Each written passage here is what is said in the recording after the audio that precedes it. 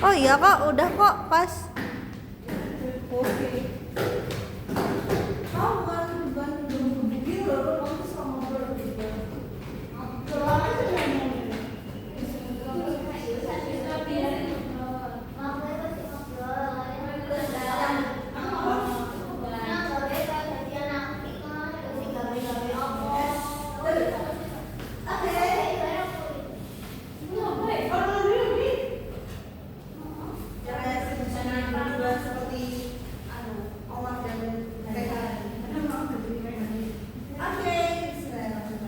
Assalamualaikum warahmatullahi wabarakatuh.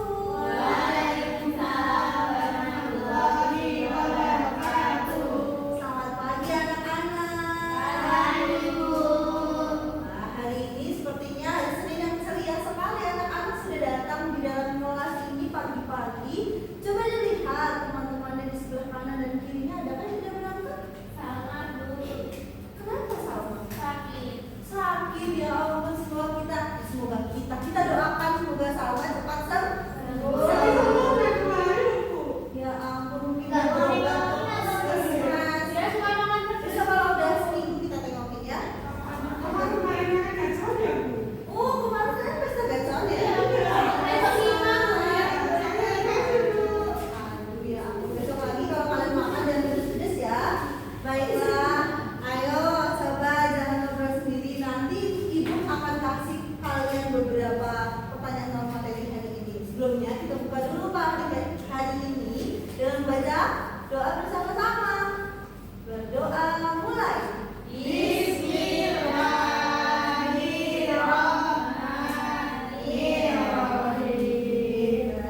Nah, hari ini kita sudah membuka dengan baca doa. Selanjutnya kita akan menyanyikan lagu dulu. Coba semuanya berdiri dulu. Iya dong. Nyanyi yang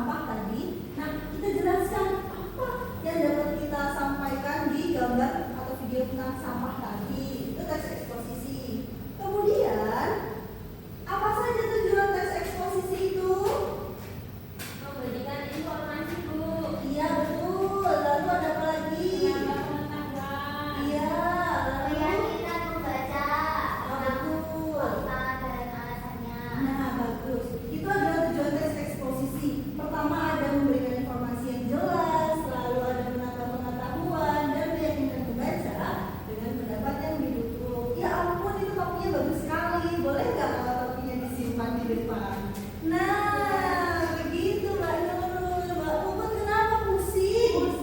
Ya ampun, Bapak jangan dibeli. Oh, fakta itu adalah data. Jadi misalkan, pernah nggak anak-anak itu dengar ada berita tentang gempa bumi yang berakibat tsunami? Nah, itu memang sudah sesuai dengan data dan fakta.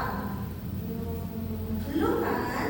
Berarti kalau fakta itu harus sesuai dengan data. Kalau tidak ada datanya atau tidak benar-benar terjadi, itu tidak boleh dikatakan fakta dan merupakan teks eksposisi. Betul.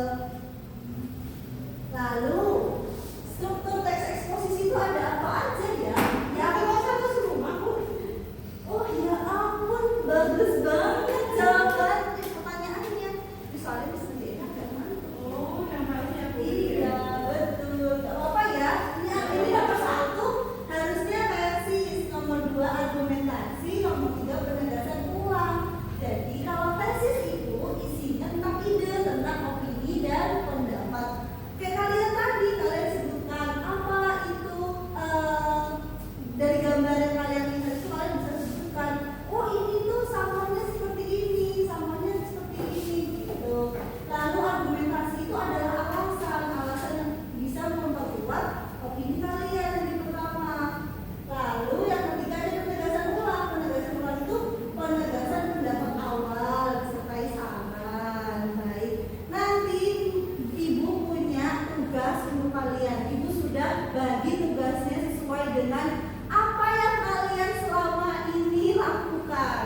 Seperti Mbak Tika dan Mbak Adi karena suka sekali berbicara sendiri. Nah, itu nanti ibu akan memberikan kalian berdua tugas untuk mengidentifikasi teks eksposisi, lalu nanti disampaikan pendapat kalian. Nah, untuk Mbak Nurul dan Mbak Puput karena tangannya itu sangat kreatif, jadi nanti ibu minta kalian untuk menempel-nempel bagian teks ekspo. Susah banget kalau belajar. Oke, baik. Nah, ciri-ciri teks eksposisi itu untuk memberikan informasi dan pengetahuan, isinya ringkas, padat dan jelas serta berisi tentang sebuah fakta. Baik, karena dari tadi cuma ibu aja yang menyampaikan, coba sekarang ibu mau tanya sama kalian. Ini ada 3 teks. Bagian mana teks yang mana yang merupakan teks eksposisi?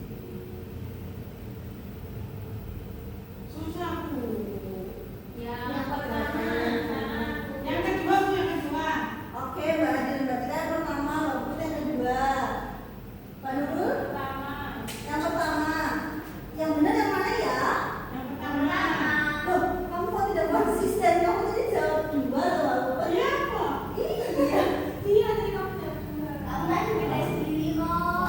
Oke, gak apa-apa. Mungkin karena kaum minoritas sedikit mayoritas saja. Nah, jadi yang betul adalah yang teks pertama. Kenapa yang teks pertama betul? Betul, ada datanya. Lalu ada alasan. Lalu Sesuai dengan fakta. sesuai dengan fakta dan berisi pendapat. Kalau yang teks ketiga ini apa ini? Hanya fakta tuh. Ya, itu termasuk teks apa biasanya? Deskripsi. Deskripsi, bagus. Kalau yang sebelah nomor 2? Itu kayak nulis kemudian. Iya, kayak soal apa? Cerita Narasi. narasi, bagus. Jadi anak-anak sudah paham bagaimana cara membedakan eksposisi, narasi, dan juga deskripsi. Nah, sekarang ibu ada tugas untuk kalian. Ini untuk Mbak Tika dan Mbak Adi. Ini untuk kedua ini. Iya, untuk Mbak Tika dan Mbak Adi, tadi Ibu berikan tugas untuk, nah, ini ada teks eksposisinya. Dicari bagian-bagiannya, mana yang tesis, mana yang argumentasi, mana yang penegasan ulang. Oke, kemudian untuk tugasnya Mbak Puput dan Mbak Nurul itu nanti ibu kasih contoh ya. Nanti ditanya